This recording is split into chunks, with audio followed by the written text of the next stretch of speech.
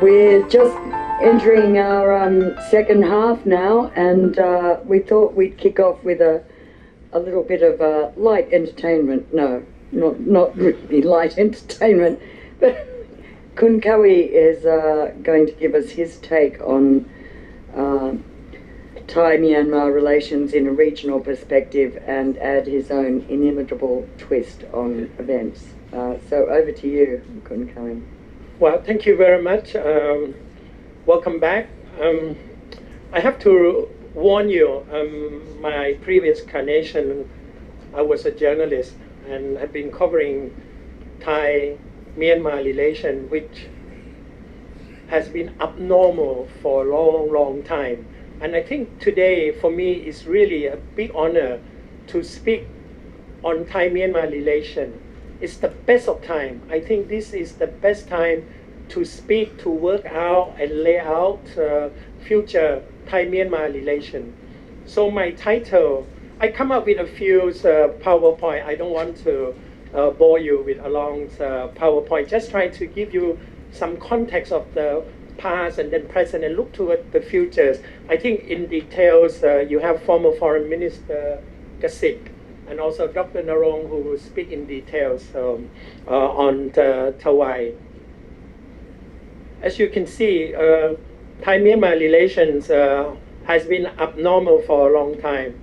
We need, this is the time to go beyond the old narrative. You know, we are stuck for so long. And now this is the best time. Even today, you look at the Thai movie today, you know, in hundreds of movie theaters, we still have this kind of perception that Myanmar is our worst enemy. I will tell you today, Myanmar is our best friend, because Myanmar look at Thailand. Hey guys, you can learn a few things from us. We have a long list, you know, we can tell you. But this learning process, you know, dwell in history is a two-way street. Of course, in Thailand it's well known, but in Myanmar, having visited Myanmar several times, Myanmar also has this concept of Ngay Nan. You know, I'm looking at Kien Meng Lin. Ngay Nai, I mean, Myanmar also felt there has this kind of superiority power that they can beat Thailand at any time, any place. So the concept of Ngay Nai is very close to Myanmar people, which I can understand.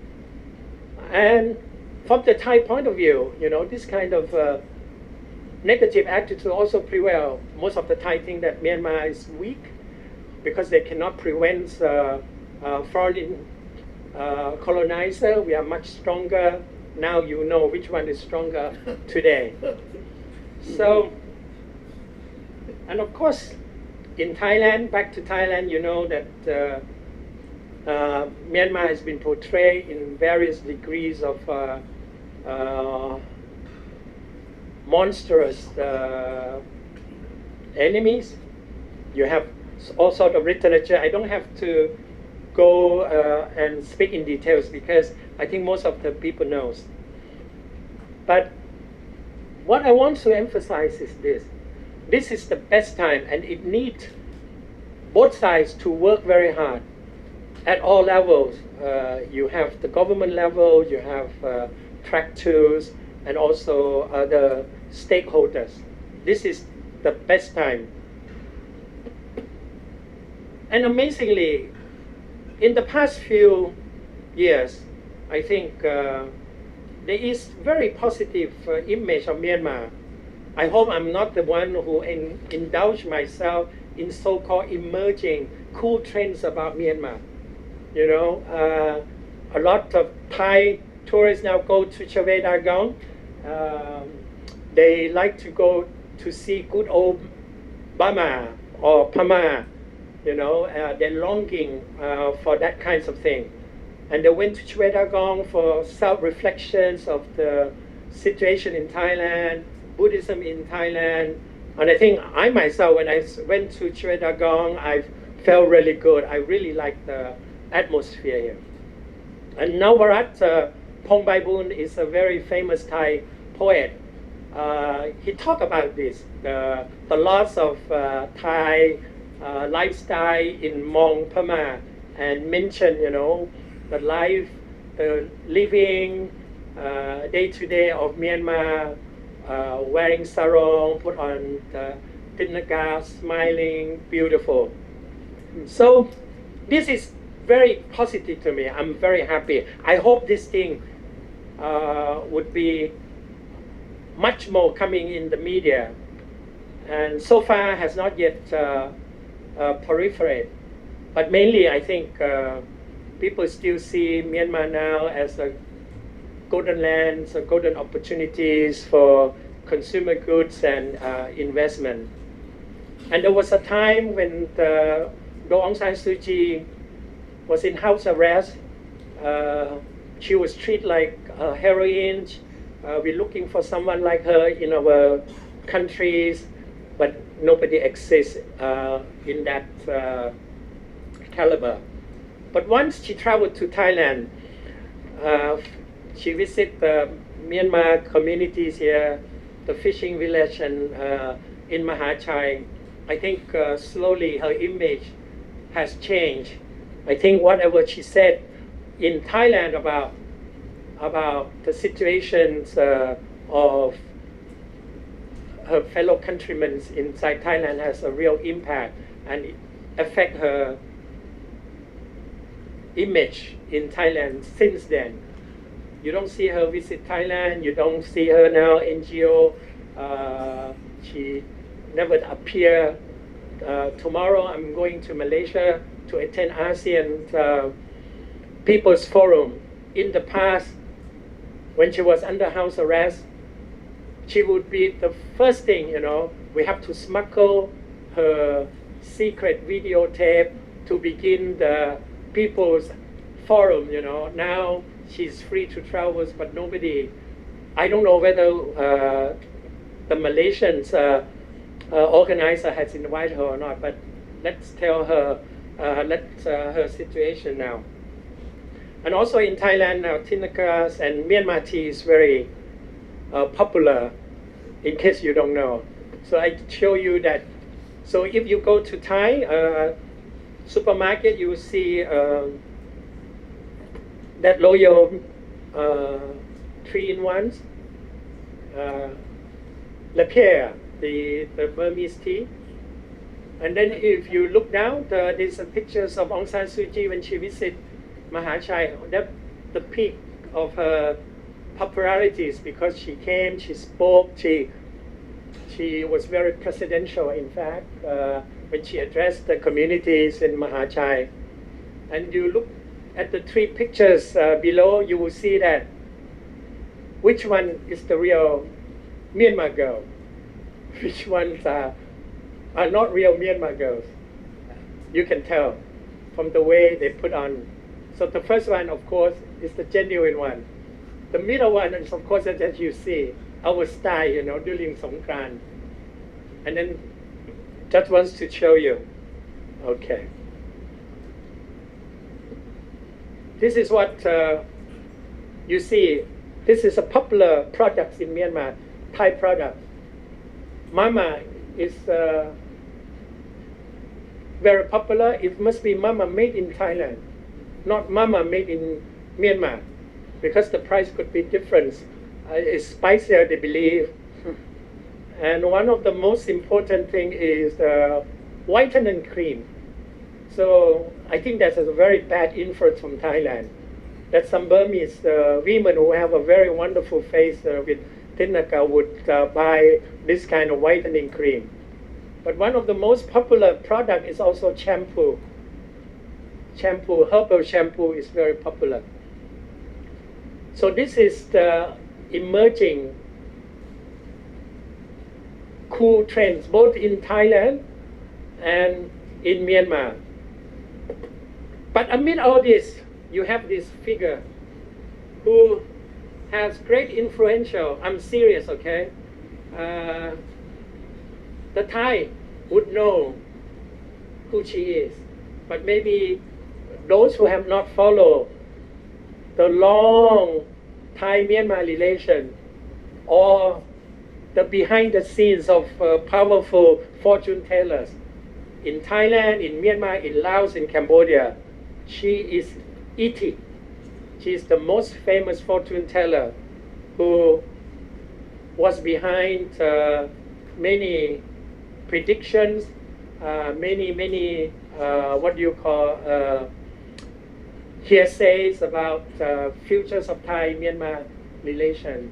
The reason I put her this because a lot of Thai leaders went to see her, invite her. So that's the beauty of Thai-Myanmar relation.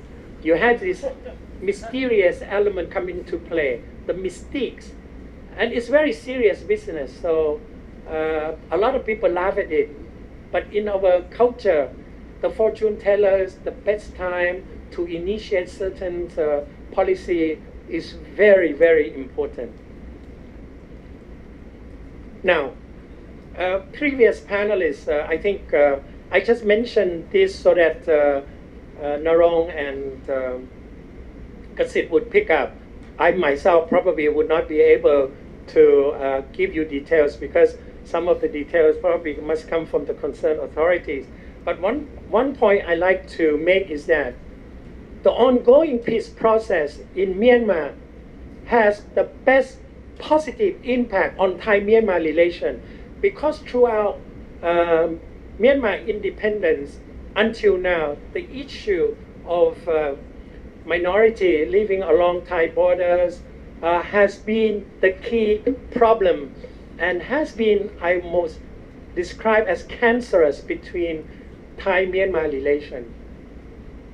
From now on, I think Thai-Myanmar relation will be prosper because of the prospect of peace process.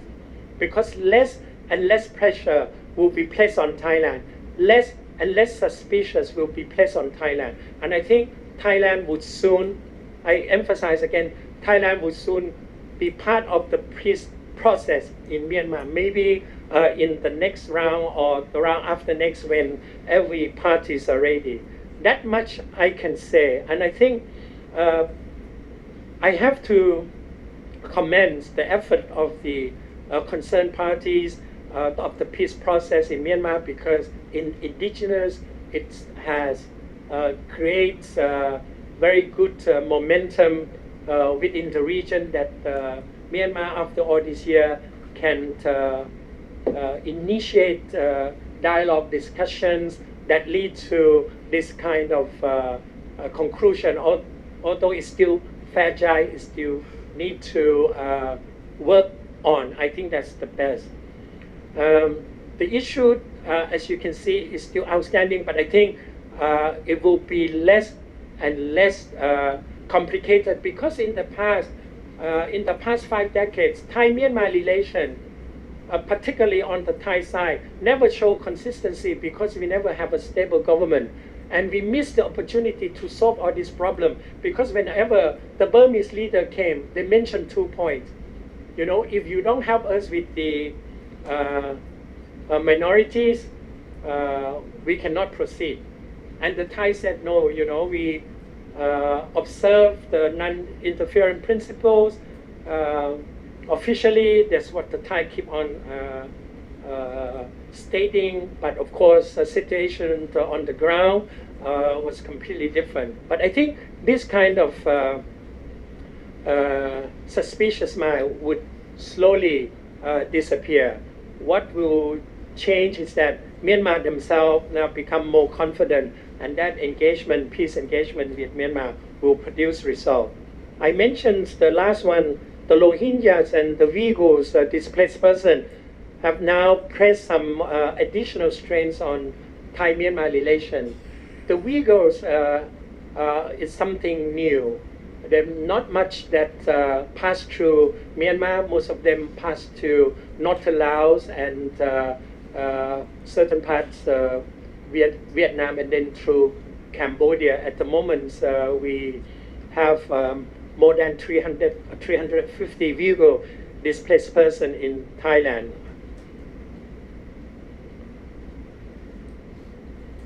If you look at the Thai-Myanmar relation in the past 5 decades, That's all you see. The existing 6 commission that engage, that deal with the problems on Thai-Myanmar relations is very boring, very technical, very militaristic, very official.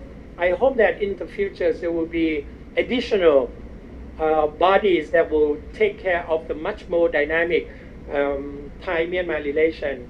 And I think Narong represents a new sort of breath of fresh air, in the sense that they're talking about the new thing. So I think in the future, Thai and Myanmar will contemplate new bodies to engage on the issue of the so-called traditional one. For example, you might have Thai-Myanmar Fashion Design Association, things like that. One avenue that has been new, that has been discussed and is ongoing, is what Thailand and Myanmar, along with the third party, could do. So far, Thailand, Myanmar, US have done on the disease control along the borders. And then, as you know, the Copper Gold Thailand has discussed with America and invite Myanmar to participate in the past 2 years. This was the year before and this year in health medical training. That is very positive.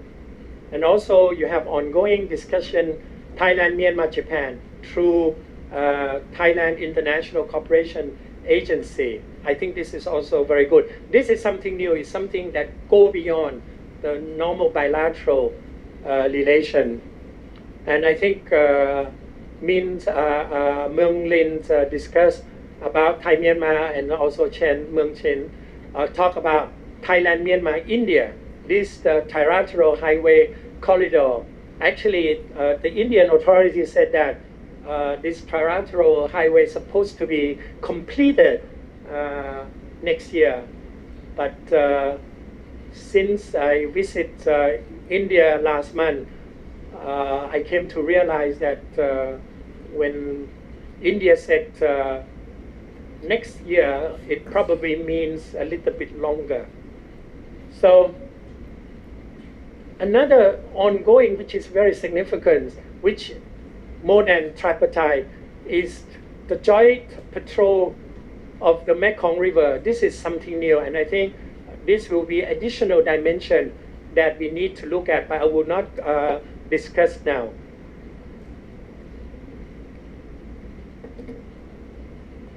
This is the way forward, and which I think this will lay the groundwork for future Thai-Myanmar relations. When Prime Minister Prayut visited Myanmar last year in October, both sides agreed that will form partnerships in security and development, which I think is a very good start, because never before we were able to sit down and really work out what sort of a relation, because never mind, we always have mutual suspicion, mutual problems. So one of the highlights is, of course, is a deep sea port development. And I think Dr. Narong will have all the details. But Tawai Deep Sea Port has a long history, and it will take a long, long time to accomplish, because you need not only political will, you need a lot of economic support from investors, both Thailand, both Myanmar, and also outside investor. The other that is coming in, that is something new that will be visible, that is a special economic zones along Thai border with neighboring country. This is part of the Thai desires to promote its economic sort of power, bargaining power, as the hub of economic activities to welcome ASEAN's community by the end of this year. And one of the most important, besides all this, is the connectivity development, realizing East-West Corridor. This is a much bigger project that would need more than Thailand, more than Myanmar, India, because you need, in this sense, I have to mention Japan, which has been heavily involved in creating the so-called production chains that will envisage India linking either through land or through maritimes with Tawais, and then go through Isan, Thailand, pass to Laos, Suvarnakhet, and then to Haiphong, to Da Nang, and then open up to the rest of ASEAN maritime region. And also the futures energy cooperation. And I think investing in hydropower project is something new. In the past, it was marred by all sorts of negative engagement. I think this has been widely reported. The most positive development of all this so-called good time of Thai-Myanmar is a better protections of Myanmar worker and their conditions. I think thanks to trip report that highlights the exploitations by Thai fishing industries, factory owners and trawlers owners. I think the Thai authorities, particularly this government, has put special focus to protect migrant worker, which I think is good, but it could be better. And I think after May, it would be better, because Thailand probably will not escape tier 3 of the trip report, I guarantee, even though Thailand has done a lot, but it's still not good enough if you use the international standard. And I think Thailand should do more, and they can do more, especially better treatments to migrant workers, particularly those working in the fishing industry, which has a lot of mafia. The politicians will control this business. And the rest, I think, in views of the broader Myanmar engagement, Myanmar has done a good job as ASEAN chairmanship last year.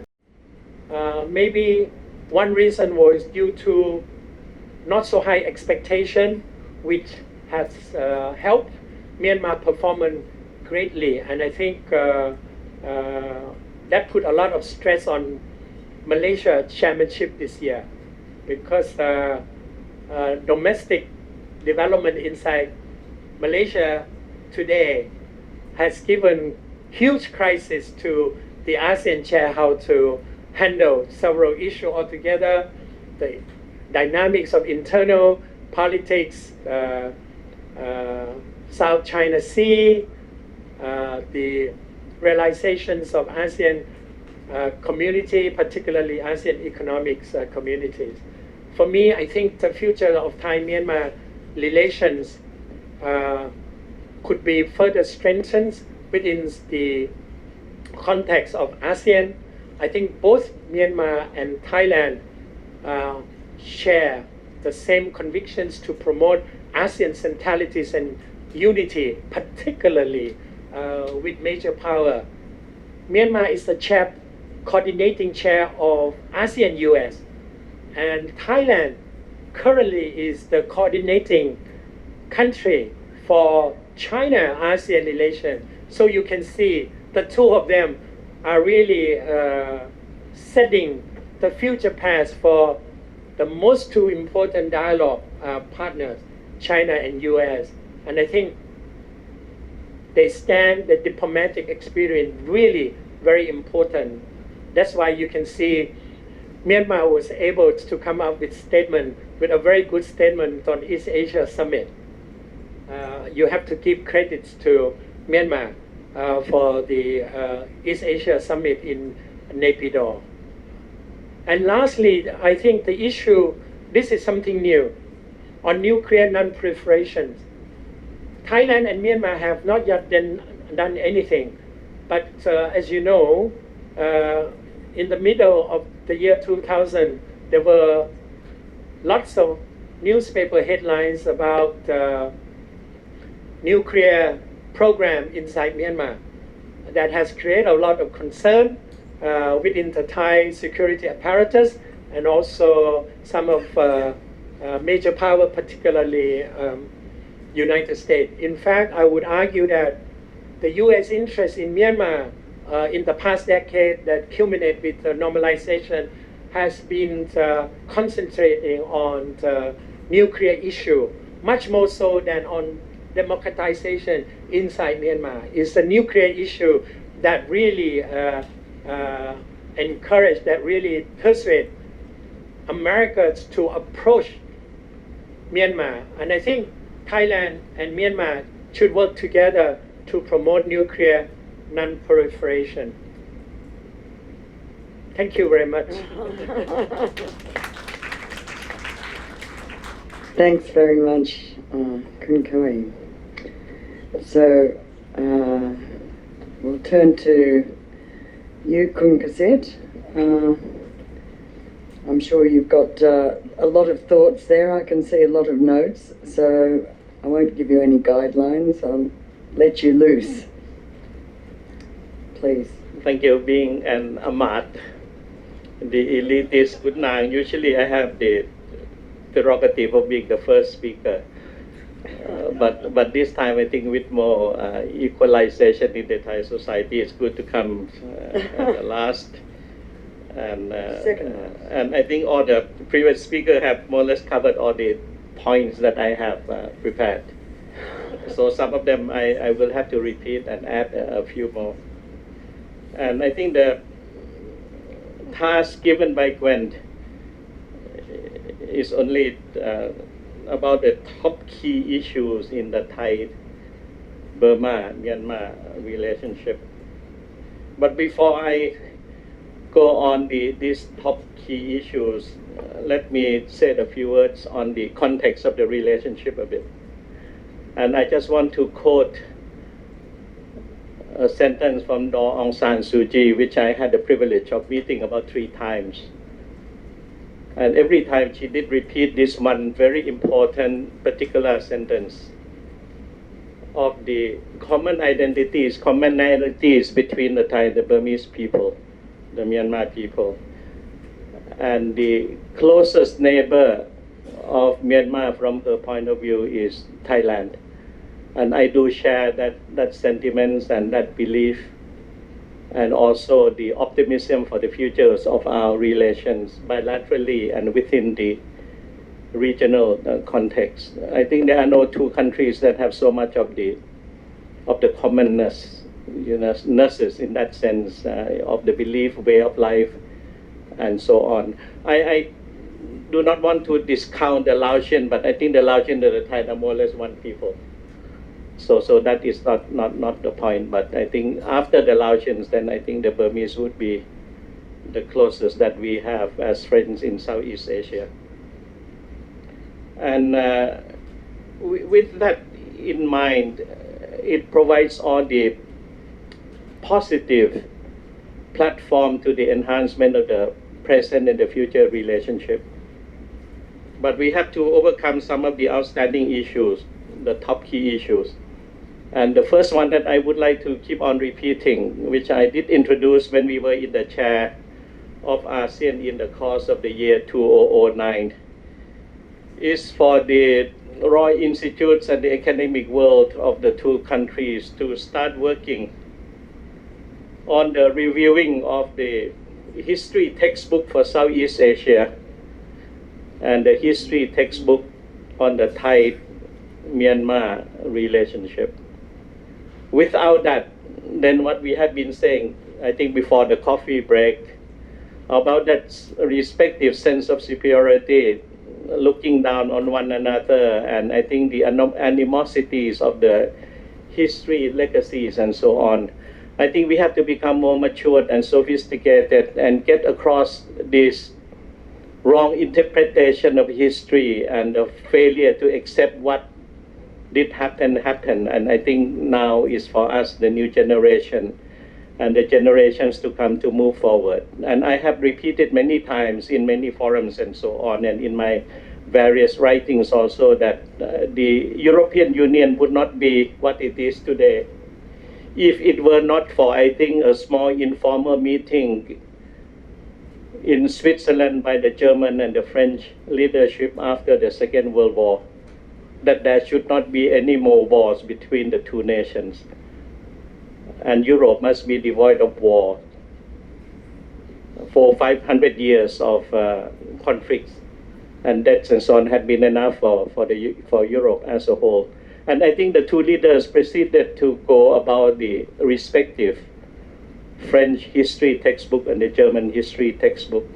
And then that more or less provided a sort of a foundation, a firm foundation for the inception of the coal and steel community until common market, European community, and eventually the European Union. And I think we have to do this within the ASEAN community, and particularly between Thailand and Myanmar.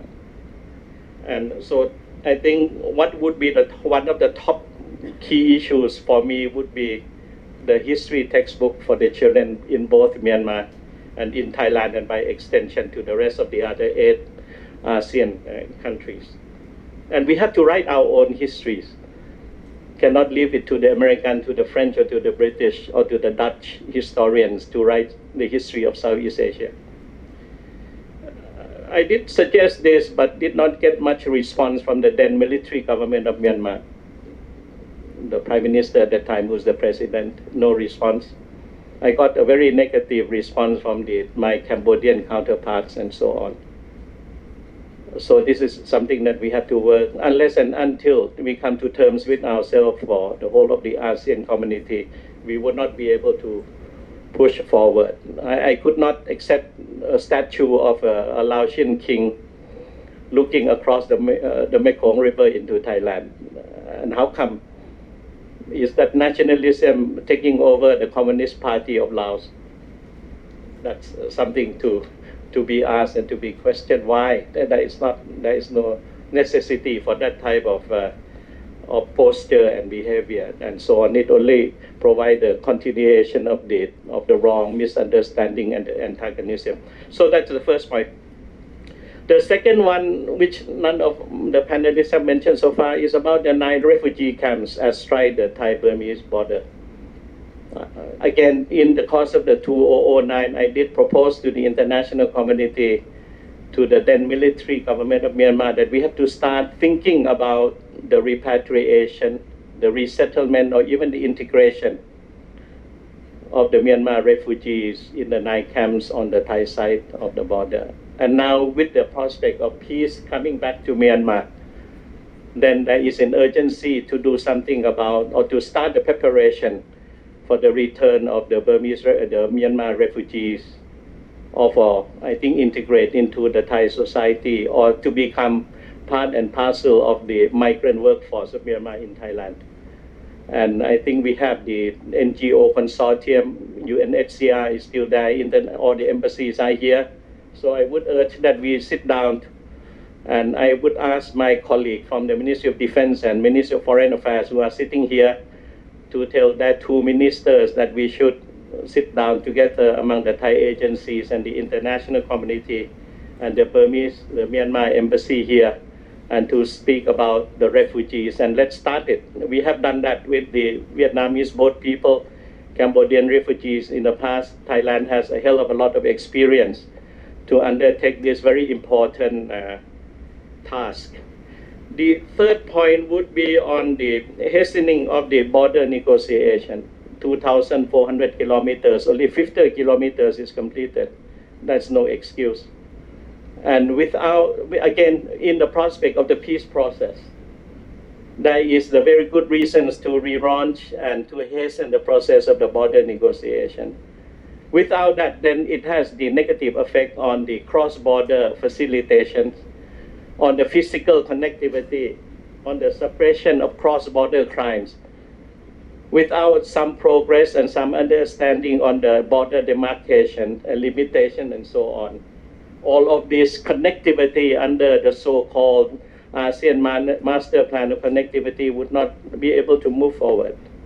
You don't know where to put the bridge. You don't know where to put the signposts and the custom house and the immigration offices and so on. And that has to do a lot with the progress of the border negotiation. One could have also temporary offices pending the final outcome of the border negotiation. Then the fourth point would be on the, let me expound a bit on the cross-border crimes, especially the human trafficking, not only across the land, but by sea of the Rohingyas also. Unless and until the intelligence unit, in cooperation with Interpol, CIA, and so on, then we would not be able to prevent the influx and the movement of peoples, by sea and on land. It could only be done for the simple fact that fishing boats from Thailand moved north to pick up the Rohingyas and come back. It's all Thai fishing boats. And these have been happening under the very eyes of the Thai Navy, Thai Air Force, Thai Marine Police, and the local authorities and so on. If corruption is not the game on both sides of the border, then this would not have happened.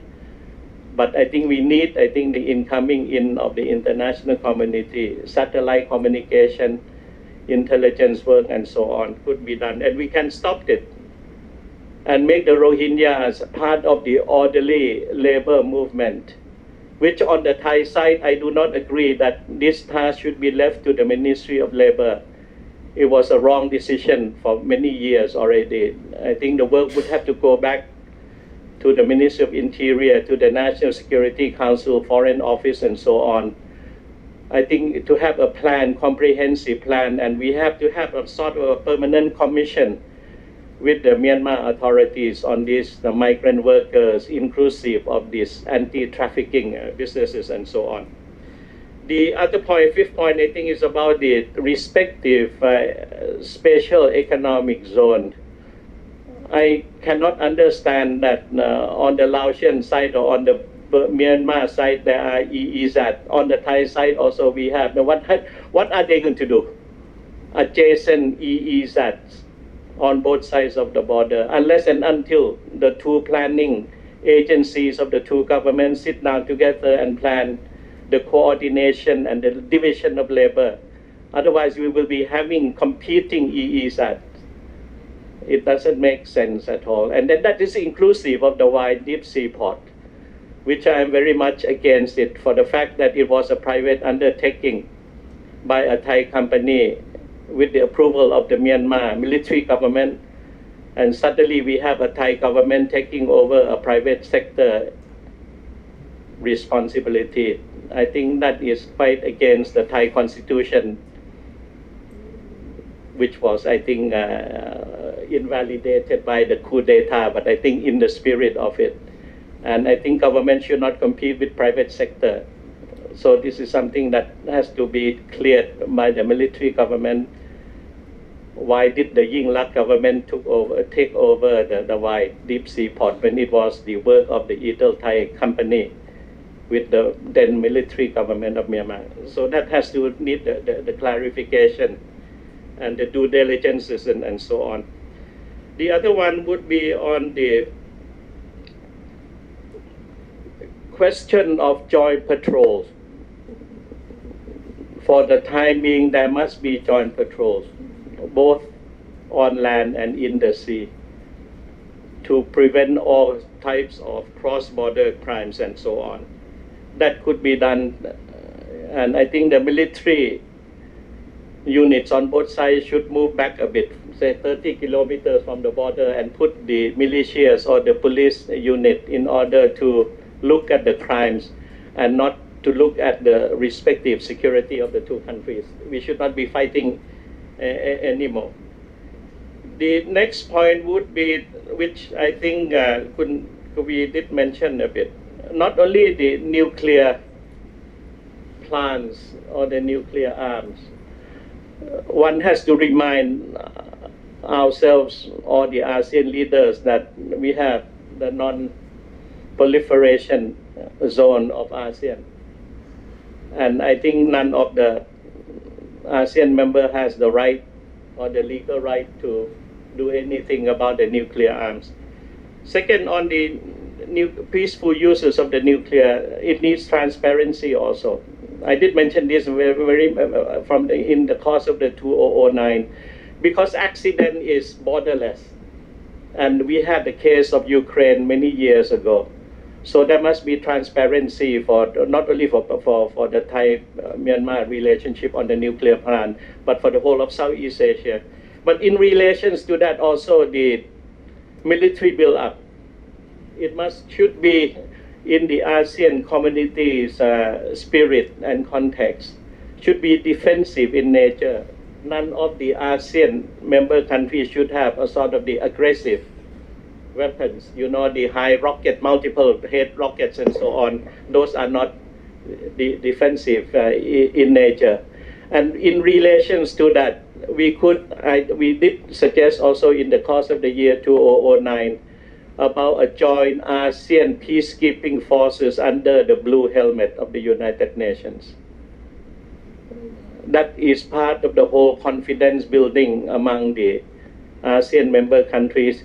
Second, to put ASEAN flag and emblem into the awareness of the international community. And third is to give the notion that there must not be any more border conflicts and wars among the ASEAN member countries. We move forward and we do more on the military side for the international community. And in relations to that also on the disaster relief, especially the civilian military combination, that could be pursued further, because natural calamities do come quite frequently nowadays and so on. The other standing issue would be the technical cooperation and economic assistance. Thailand has two arms. The technical grant aid cooperation is under the Ministry of Foreign Affairs. The soft loan, which Kunalong will say, it's under the Ministry of Finance. I find this a very funny setup in Thailand. I think the two offices should be combined and should be deemed as part of a foreign policy arms. Development assistance is part of foreign policy posture of Thailand. One cannot have two separate agencies in two ministries, and most of the time the lack of coordination. And if we were to have future coalition governments, most probably the Minister of Foreign Affairs and Minister of Finance would be from two different parties, and they do not speak to one another. Neither they would be allowed by the bureaucrats to speak to one another for better political coordination. Then, so these are some of, then the other one is the sustainable and responsible investment of Thai companies in Myanmar. And about a month ago, I was in The Hague at the International Criminal Court, ICC, and I was also in Brussels meeting the Human Rights Department of the EU Commission. And we raised the issue of trilateral business cooperation. Thai company invest in the dams and electrification in neighboring countries. Thai companies invest in the agriculture, plantation business like sugar, cane, and so on. But the end products, the refined sugar, is exported to European companies. But the sugar plantation in neighboring countries with Thai investment did damage to the ecology and to the displacement of communities in the neighboring countries. So that type of investment is not conducive to climate change and not conducive to the community's human rights. At the same time, in the dam buildings, the suppliers are mostly European turbine companies. And the dam buildings and the electrification using European technology and equipment have helped to destroy the communities and the environment. So we raised this issue in The Hague and in Brussels. What can we do together to ensure CSR investment, sustainable, fair, and respect the human rights of the recipient countries concerned.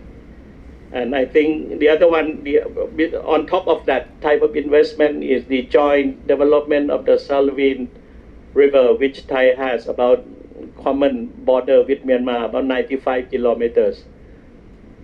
And none of the work so far on the management of the Salween River has been discussed by the two countries. So these are some of the top or key issues from my point of view. Then what would be the way out?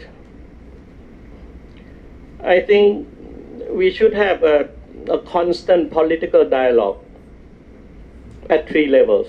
At the government to government, political parties would be one. I think none of the Myanmar political parties have ventured out of the country as yet.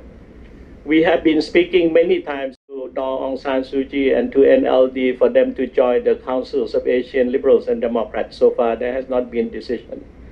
We have not talked to the military party because we do not know the colors of their ideologies. So that one has to be determined whether they could join the liberal school or the socialist or the conservative or to the far right, I don't know. But I think the political parties to political party relation would be important, very, very important on top of the G2G. And third, I agree with all the panelists at the people to people at all levels, especially I think among the academic youth, in particular high school. We have to have more of the exchanges and the contacts like what they do a lot among the EU member countries. Then we should have a joint permanent committees on migrant and human trafficking and the cross-border crimes and so on. You cannot leave it to a sort of, when a case happens, then you have a meeting. I think the two countries have to have some more permanent committees, working together 24 hours a day in order to overcome some of the problems and so on. So beside the political one, I think there should be also the need for the Buddhist authorities on both sides to meet frequently to reform Buddhism and to become more tolerant and less anti other ethnics and anti-Muslims and so on. Too far-right Buddhist movement in both countries are not conducive to the ASEAN community making and so on. So the moderation, the tolerance would have to be the name of the game. And the other point is that the recognition of the fact in the future with a federal Myanmar, that from the Thailand point of view, there would be a need to deal with the Myanmar side at two levels. One with the center in Naypyidaw, and second one with respectively with the various ethnic governments across along the borders of Thailand and Myanmar.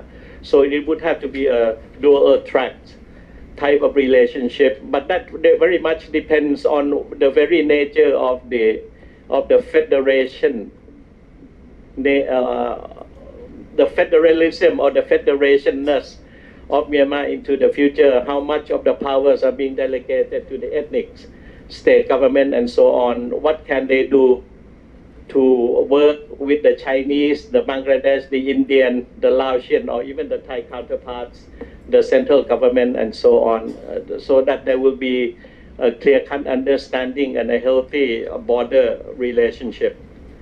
And in all of these problems and the way out and the solution and so on the Thai side, we have to keep on reminding ourselves that we are still working with a country where the state of the nation, state building is not yet in place. Myanmar still have to do both the nation building and the state building. And unless and until the finalization of the ceasefire and the delegation and the division of labor between the central or the majority Burman government and the rest of the ethnic groups is in place, then we will not be able to forge a proper bilateral relationship, because on the Myanmar side, it will be constrained by the inability to forge the control of the borderlands and the border crossing and the cooperation and so on. Thank you very much. Thanks, Kun Kasit, for an excellent rundown. That was very comprehensive.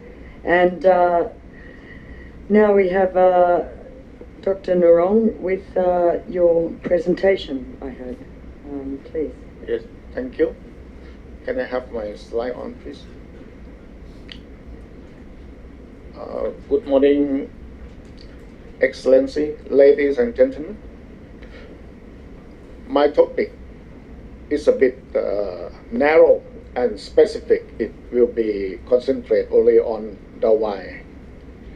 And I think this will demonstrate the international relation in action, not just only talk and concept. But if we can prove this true, no matter how it's originate from, which I will discuss later. I have two issues to talk today and ask you to ponder upon along with me. The first one, we have to think why nations connect. Why is it necessary for a nation, for two nations to connect? Not only because they are neighbor, but why? Why have to connect? Because there are many issues that will happen, like His Excellency Kasit and Kun Kavi has mentioned. The second one is why the why and Southern Economic Corridor. Okay. The first one, I think, can you all read this one? In fact, I have distributed my slide, but just learned from Kun Kavi that it's not distributed until later. Okay. I'm from the area of transport and logistics, so I will interpret the connectivity or the connection into three dimensions of measurement on the left-hand side of the slide. The first one is the connectivity, which has to do with the physical connectivity of all infrastructure, and also the information, so like ASEAN, single window, single stop inspection, this sort of thing. The second block is interoperability. That means we have to, once we connect, we have to harmonize our standard, rule and regulation in order to make use, fully utilize of the infrastructure. Otherwise, it will be a hindrance or obstacle that, oh, because of rule and regulation, although we have bridge cross, you cannot, because you will not comply with our standard. The third one is market access, which according to the terminology of GATS or WTO, you come into four modes: cross-border supply, consumption abroad, which we already is happen anywhere around the world. You know, we send food, we send clothes, we send goods, you know, through international trade flow, and we send our children, we study abroad, we consume, we go to visit other countries. This is the consumption abroad. So that's true mode. Mode 3 and mode 4 is the one that we are talking about at the moment. That is the commercial presence. We allow foreign country, foreign entity to establish in our land.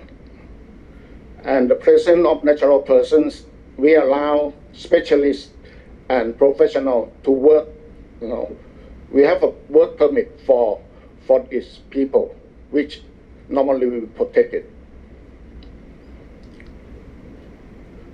Why we connect for all of this? We do because we want to reduce the poverty of the citizen. We just not connect for the connectivity sake.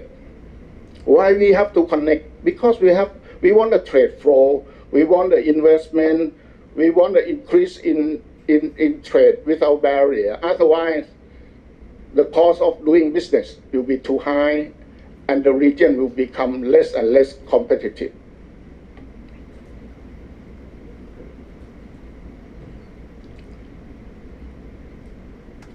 The second point that I would like to emphasize why we have to connect is we have an organization called the Global Competitiveness Index. They measure the competitiveness of countries around the world, about 150 of countries around the world, and they rank it according to the criteria I shown. The first one,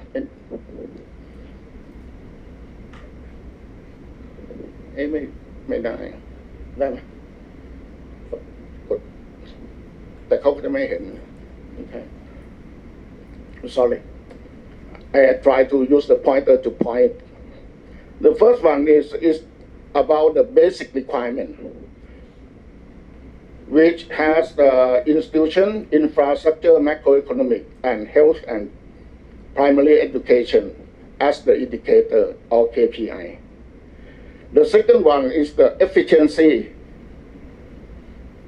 requirement, which has a higher education, goods market efficiency, labor market efficiency, financial market development, technical readiness, and market size. The third one is the business sophistication and innovation. And they rank every 2 years of the country around the world. What is the ranking for Myanmar? Myanmar, they rank that Myanmar is still in the first state of development that belong to the left-hand side of the column I show. So it's the, you see the blue one at the top. It said Myanmar still have to stick with the so-called factor-driven. So they have to develop their country, spend their money based on factor. They have to improve this one. So what does it mean? They still have to improve infrastructure, macroeconomic, environment, health, and primary education. For Thailand, Thailand belongs to the second group or the second column, which is the efficiency enhancement. What does it mean? If Thailand want to improve their competitiveness internationally, Thailand have to spend money or budget on the higher education, on technical readiness, on market side labor, this sort of thing. So that means if Thailand and Myanmar join hands together, they can help each other, to complete at least 2 columns of the competitiveness. This one column, the left-hand side column and the middle column. What is the third one? The third one normally belongs to the well-developed country. French, German, United States, Singapore, Korean, Japan will belong to the third one, which they have innovation, have business sophistication. If Thai and Myanmar join hands, we will have, these 2 countries will have infrastructure, human resource, and factor ready to attract foreign direct investment. That's why these 2 countries should, connect. Because if left alone, individually, there's nothing, there's no attraction. But if combined together, foreign direct investment will be definitely come, and you make use of these two, the first two columns that belong to Thai and Myanmar. The third point that I would like to emphasize, we are familiar with the pest analysis. Pest analysis come from political, economy, social, and technology. The stream of change around the world happen because we have a better technology, which will drive the way the government and business interrelate. So government have to amend the rule and regulation in order to allow for the new invention like e-commerce, you know, and like so many things like Steve Jobs. If you think of Steve Jobs and you think of the cloud computing, this sort of thing, the government have to amend the rule. Otherwise, it will obstruct or will not facilitate the way that the business will run.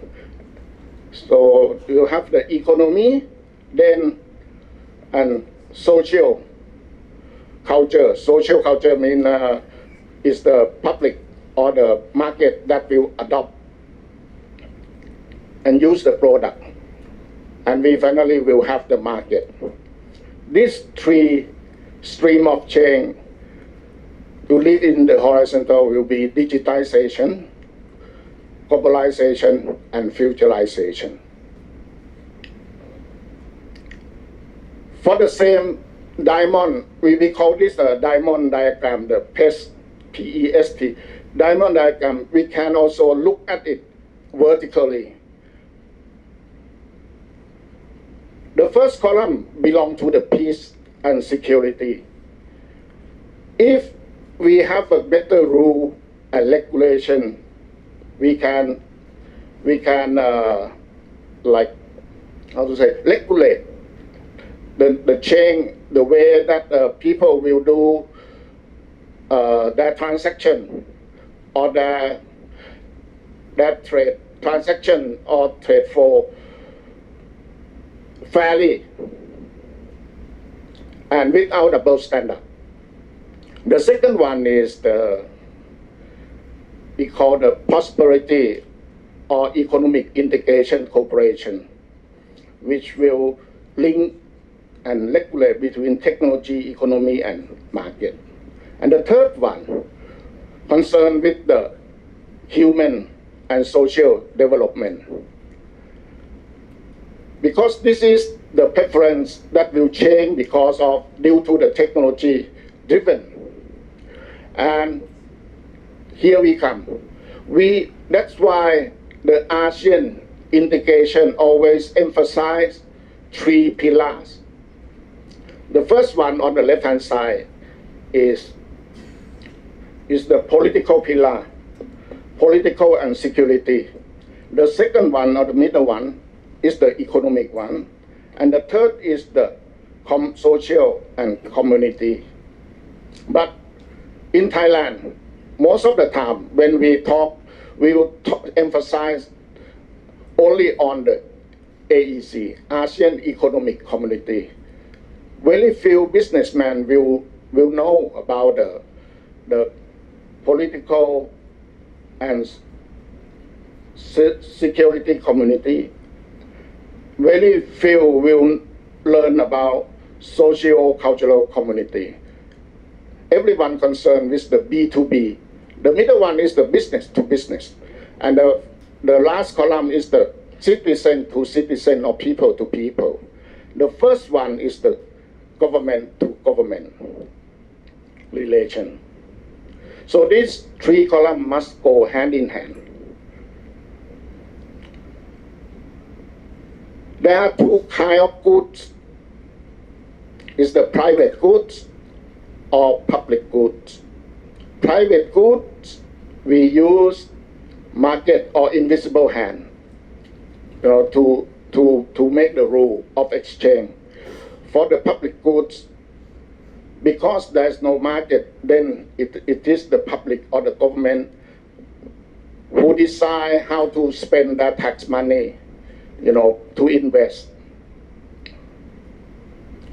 It is this point that make international dimension very difficult to handle, because if you make decision within your territory or within one country, you have the sovereignty to decide how you spend your money. But if you have an international dimension, cross-boundary, to make connectivity, you have to convince, negotiate. We have to convince or negotiate that how we're going to spend the money for the connectivity. Now, I come to the second point, which I will conclude within 5 minutes. Okay? The why. Why the why? Because the why is very close to Thailand and Eastern Seaboard. So if we can link the why and Eastern Seaboard at Lam Chabang, we can connect two oceans, the Indian Ocean and the Pacific Ocean, just through this link. And the size of Tawai is 11 times of the size of Lam Chabang. This one, Myanmar already has established three special economic zones.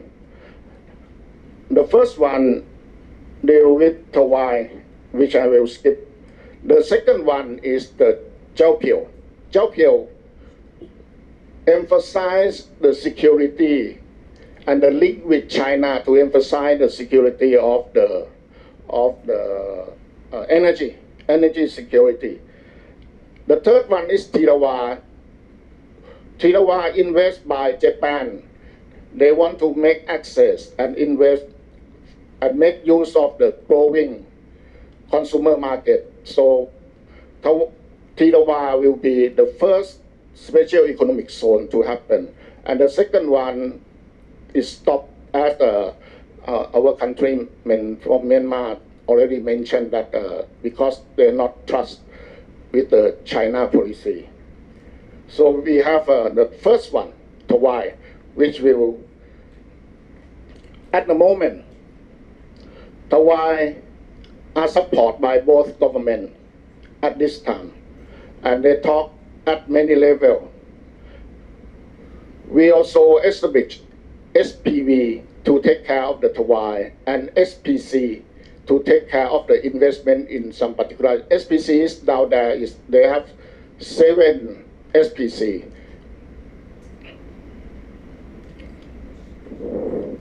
What is necessary for the Y project to be able to pull off? The first one, we have to have the initial industrial estate. The second one, we got to have the power plant. The third one is small port. Fourth one, residential area, water supply, access road, and telecommunication. According to His Excellency Prasit Pilom has mentioned, this project has initially initiated by Italian Thai development and it's failed to pull off because the project of this size is too big for a private company, a single private company to be. It's 11 times of the size of Lam Chabang. We cannot expect that Italian Thai can make it a success. But why the government have to lend a hand to help investment? There are 7 kinds of infrastructure that necessarily make this special economic zone a success. But not all infrastructure invest will have a same financial and economic return. There are 2 or 3 infrastructure For example, access road, deep water seaport, which make a negative return financially, but make positive return economically. That's why, and both deep seaport and road are necessary to link with the rest of the ASEAN, particularly CLMV country, and link to Ho Chi Minh. So it is necessary for the government to use private fund, to use public fund to help make this a success. Otherwise, this project will be, will be just in the air. So, and all this is just the benefit. What is the benefit to the Myanmar side? What industry will be for the Thanin Thai or Tanao Si, as we know, the locality, because they will make use and produce manufacturing all this product. And this one is we see this many times, that the wine will link to the west side, or the link west side and east side of this Thailand, and we can have the east southern economic corridor and eastern economic corridor. Other thing is Tawai will provide a shortcut. The red one is, if we have Tawai linked to the Ho Chi Minh, we will have a very short route compared to the present one, which is a yellow one, which have to pass through Malacca Strait. It will save at least 3 days, and it saves 2,000 kilometers of travel from 4,500 to only 2,500. That is a big difference. And other thing is Myanmar still have enjoyed the tax privilege and from the EU. So if we can link the economy of Thailand and we can move to produce in Myanmar, we still can enjoy, the tax privilege provided by the European country. And this just tell the chronology of it start in 2008 by a private company, but they cannot pull off because the project of this site, we have to consider both EIRR and FIRR, not only FIRR. This is a economic internal rate of return and financial rate of return. And why? The government have to lend a hand because it generates economy. It have economic return too. It will generate employment and prosperity to this region. And if we let in the hand of the private, you cannot, the project is too big for them to pull out. And this is the future of this industry, that will, okay, this is the final slide.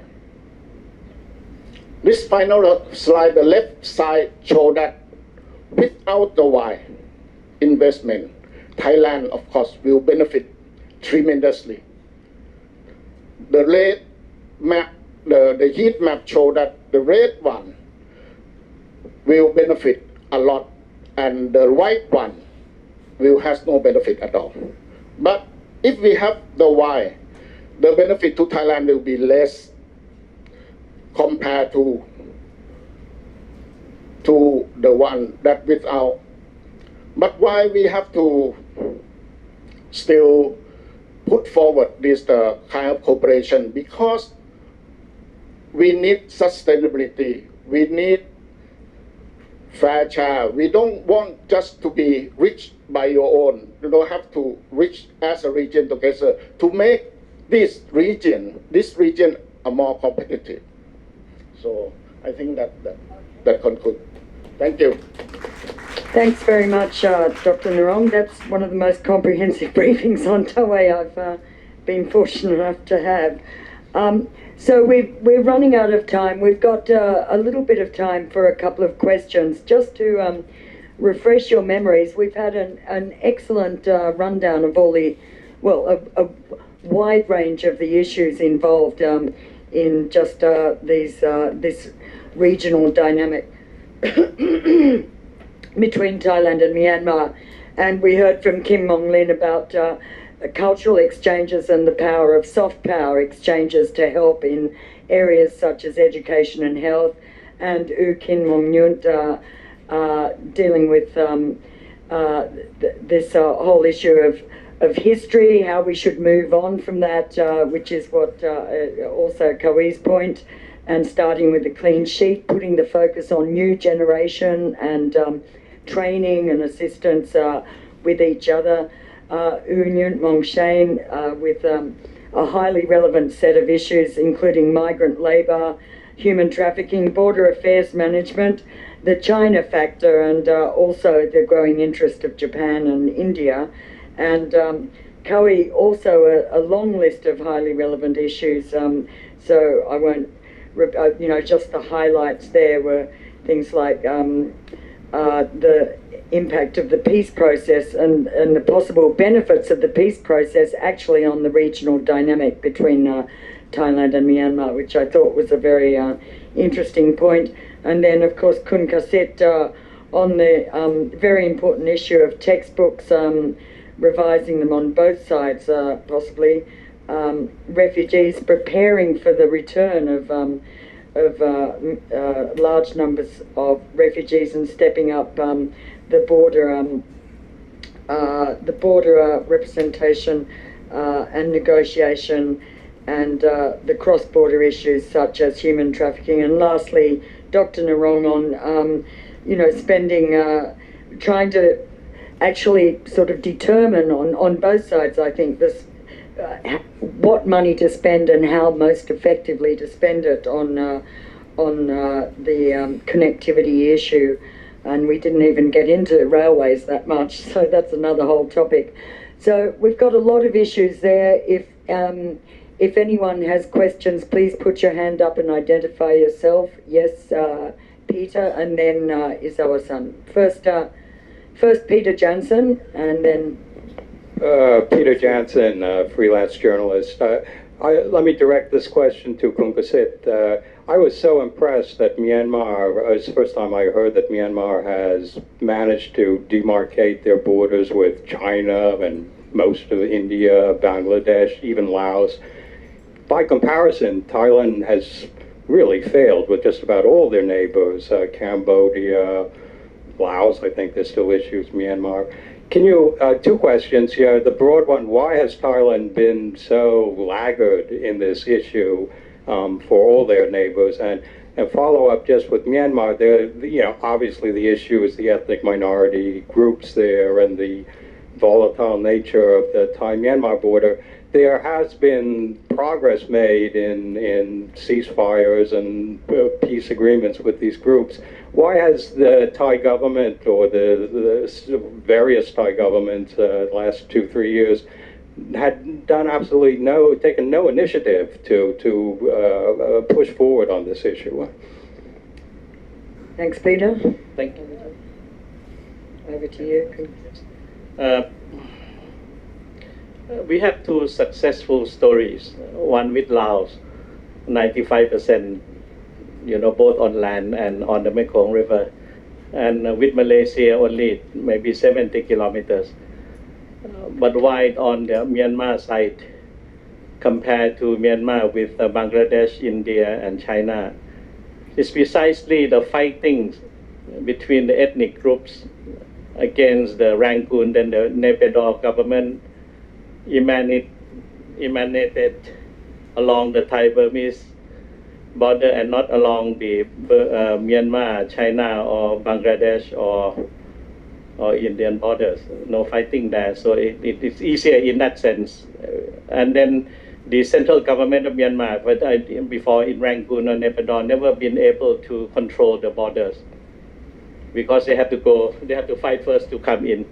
So in that sense, I think the negotiation could not move forward because the Myanmar side, especially the military government at that time, successive military governments in Myanmar were not in the position to sit down with us. And second, I think the constant fear and distrust all along that we somehow successive Thai government with a civilian military or half civilian military were supporting the minorities to have the fighting on the side of the Burmese border to keep peace on the side of the Thai border. It might be correct during the Cold War with the Communist Party in Thailand and also in Myanmar, and the perception of, I think, keeping problems on the other side of the border is good for Thailand, a very selfish one by the then military authorities in Thailand. But I think we, at one time, or many times when we met Prime Minister Thein Sein, he came out with a stack of papers given to Kun Apisit and myself and said, these are the photographs of the arms movement, the meetings of the various opposition groups in Chiang Mai and Mae Sot and so on. It took us about a year to convince the then military government of Myanmar that the Apisit government or the Thai government, I think 5-10 years back, since the end of the military rule in the early 1990s, we never ventured to play this buffer security policy by having or the fighting on the Burmese side of the border.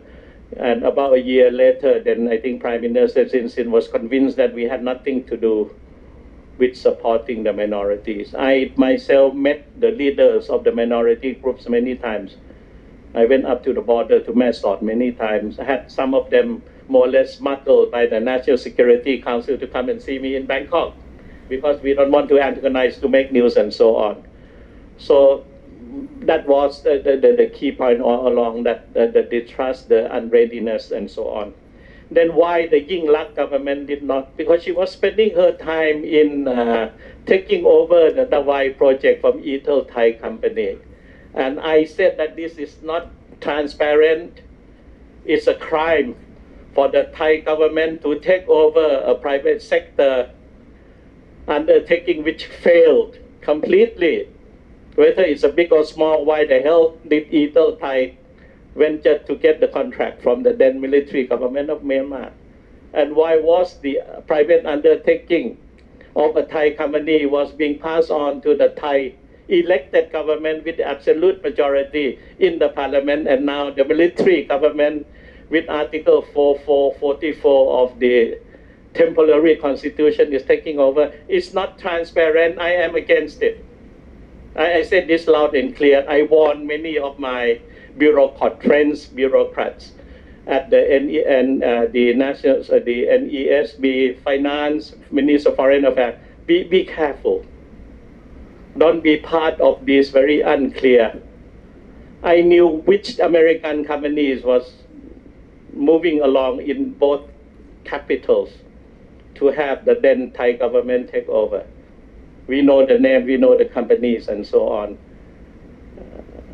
And whether the Yingluck government was the front of a certain conglomerates and so on. And that is not clear. It's a dangerous game, this one. I'm sorry to say that. Thank you. Thanks, Kun Kasit. Would one of our Myanmar friends like to comment on that, on the way issue? Oh, please.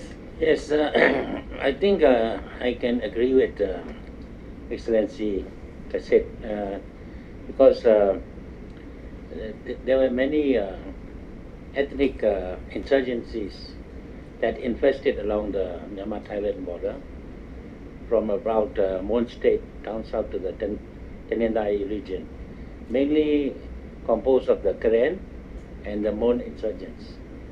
But now I think during the last 3 or 4 years, the Karen, who were fighting the central government for more than 60 years, even to our surprise, suddenly decided to have a ceasefire with the government, and they are now ready to go to the next stage, that is for political dialogue. And the Mon also have come in. So I think now the time is quite appropriate and conducive if we were to start the demarcation of the boundary between the two governments. Mm-hmm. So, and I think there are already some initial talks going on. So we will wait and see in the next coming few months, or because we have election at the end of the year, and maybe we'll have some changes. We don't know yet. So we'll see. I think we will be heading in the right direction. Thank you. Okay. Thank you very much. Oh, yes, please. I have few points to add, few points to clear up. Regarding rewriting of history textbook, I have attended 2 occasions at the UNESCO about this subject, and we have discussed. Not only between Thailand and Myanmar had this problem, in European countries also they have the problems. And it's high time that we do that.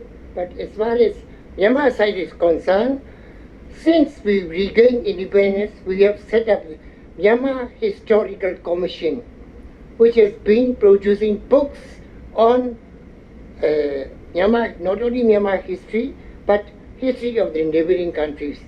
And we have published a lot of books on that. You can visit us. We are still doing it. Not only that, we invite every year when we hold meeting, foreign people, including Thailand, to come and discuss with them. So we had that. And we have also translated Thai documents into Myanmar, put the help of the Thai. Now you can visit us, see? Not only that, you see, we have the language university, language 2, one in Mandalay, one in Yangon. And they are teaching all languages around the country, including Thai. And Myanmar people now can speak Thai quite well. But they can speak both better Japanese. Japanese praise us, you see. Myanmar people can speak Japanese very well because the grammar and they are rather similar. And because of the Japanese background during the war. But they praise us, we can speak Thai very well. Right. So this is a thing very important for us for understanding. And we also have PhD program. PhD program, we welcome foreign students also. I have 1 or 2 Chinese PhD student passed out. She wrote her PhD thesis in Burmese, not in English. She did very well. And I haven't received any Thai PhD student yet. I welcome. Please send to me. We'll send Koreana. Yes. And not only that, you see, we have every year in the end of December, we have Writers' Day celebration. The day we celebrate the writers. All the writers and media people, media men, television men have to go out to the areas, countryside, to give talk on general topics, not necessarily on history, on economics, current situation of the world, for public awareness, including ASEAN and so on. They are doing very well. We do that. And also we have interfaith fora. Interfaith fora includes Islamic leader, Hindu leader, Theravada Buddhism, Mahayana Buddhism, and Christianity of all denominations. They sit together and they talk about interfaith agreement, doing very well. They publish many books, not only within the country. They have held in India, in Nepal, and I believe in Hong Kong also. They have produced many books. We do that. And also I would like to add. Okay, Now, one more point. last one. Okay. The Uday Sin's government has allowed freedom of press. You can write freely in any newspaper. freely about anything. Of course, there are some conditions. Don't defame others. But what you write, you are responsible. You will be asked for it. But so far, people are writing, right, freely, composing poems, writing things, everything is doing very well. So far so good. Democratization process is going on perfectly okay. I am not supporting the government. I don't get any advantage from the present government or any government at all. I'm an independent professor.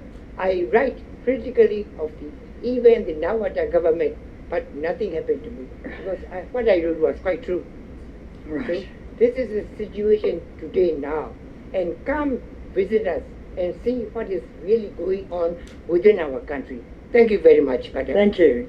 And finally, we have one question here from Izawa-san, the Japanese embassy. Thank you, Madam Chair. I come from Japanese embassy.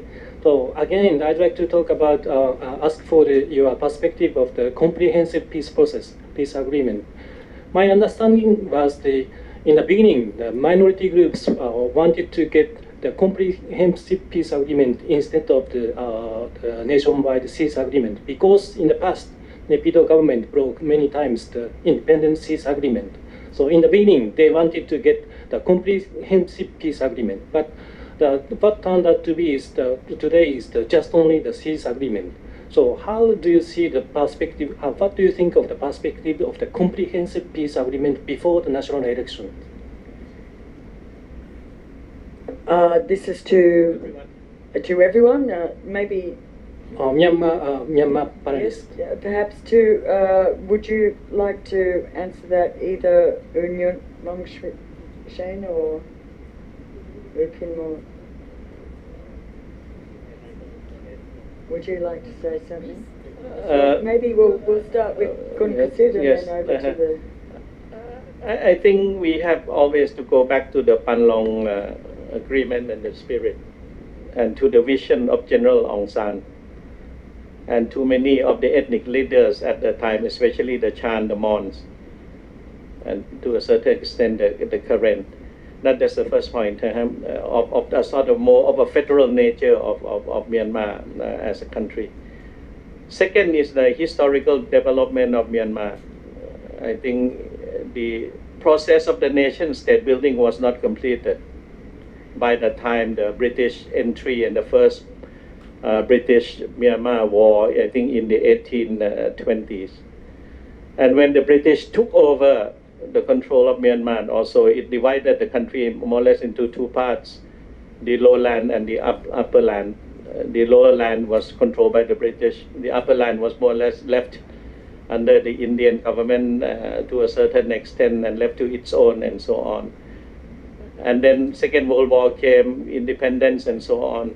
So the process of centralization process of a nation state building never take root in Myanmar as compared to Thailand throughout the course, I think from the 18th century onward or 17th century, we were already more or less a nation state with territory, with control, with administrative structure, with laws in place. And the centralization process of Thailand was completed by the I think the last quarter of the 19th century. That has not been the case, and has not been the case in Myanmar to this very day. So it is for the Myanmar leaderships, the Burmans in particular, and the rest, that I think they have to, it's not only the peace process, but I think the peace process is inclusive, not only the end to the fighting, the ceasefire, but what type of a political regime would have to happen in Myanmar. And I think looking around the world in the globalization and so on, inclusiveness and the decentralization and the division of labor, of the budget, of the wealth, from the resources would have to come into the picture.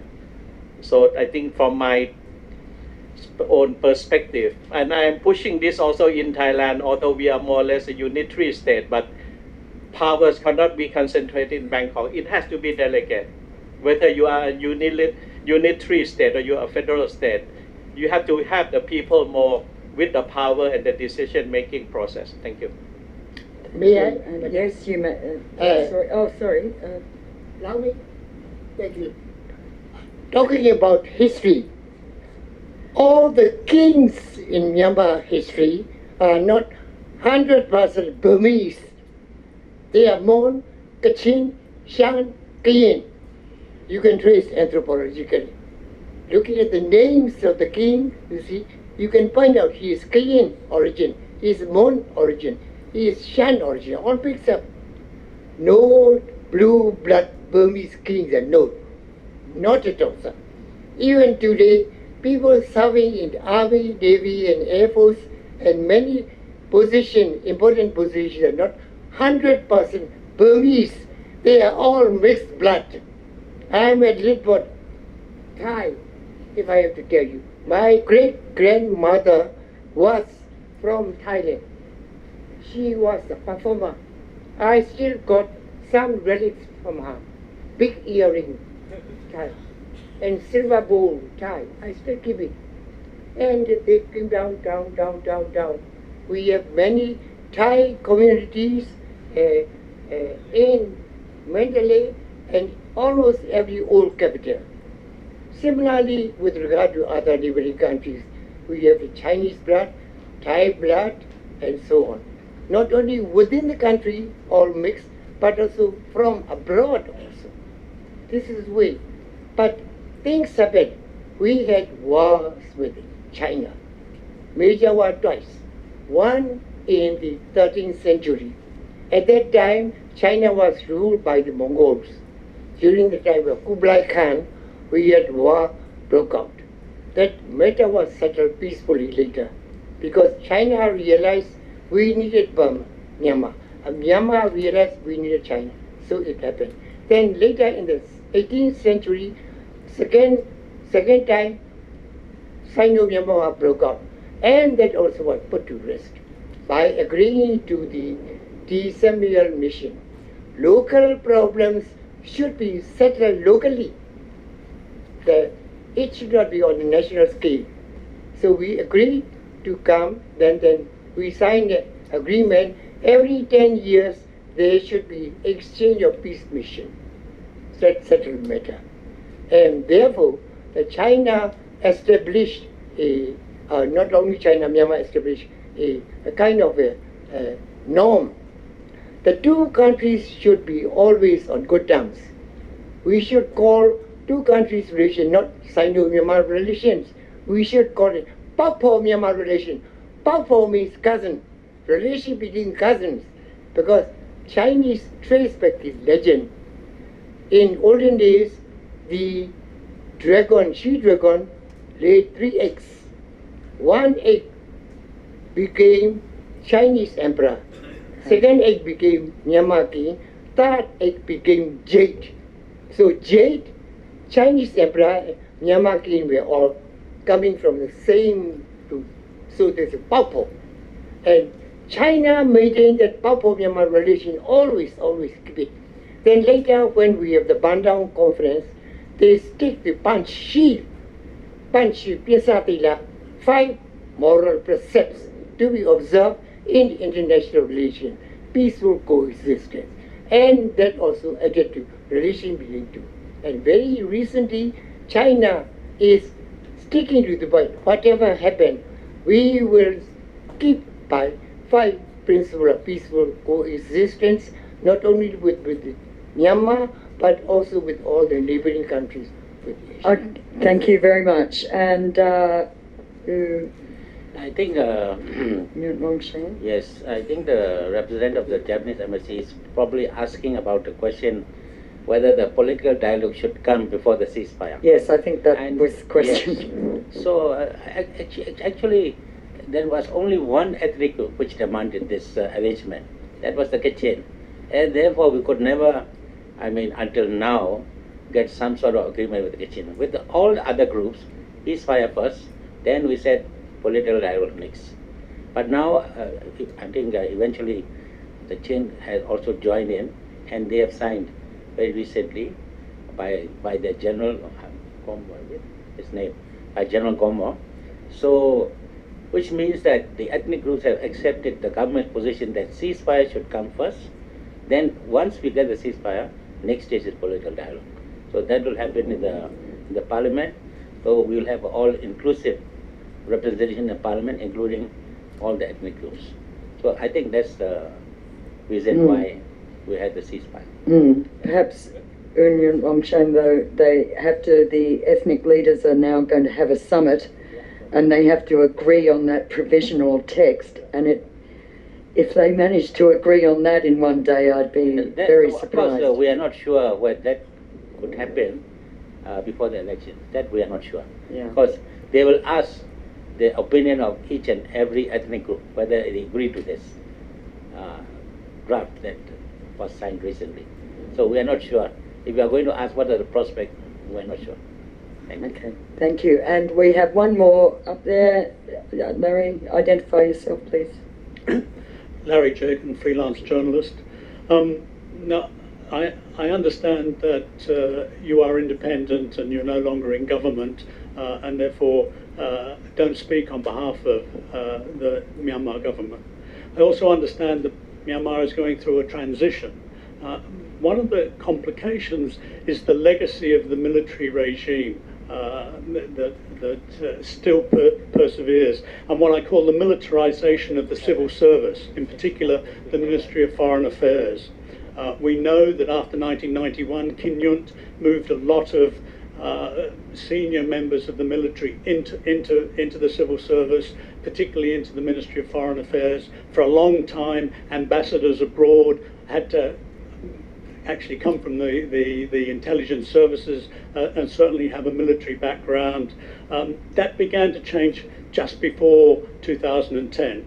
Now, what I would like to know is, to what extent has there been a demilitarization of the Ministry of Foreign Affairs since 2011? And what role does the military actually play in determining Myanmar's foreign policy? Because after all, the foreign minister is one of only 4 ministers on the National Security and Defence Council, the other 3 being the military ministers for defence, border affairs and interior. What role does the military still play in determining foreign policy? I think the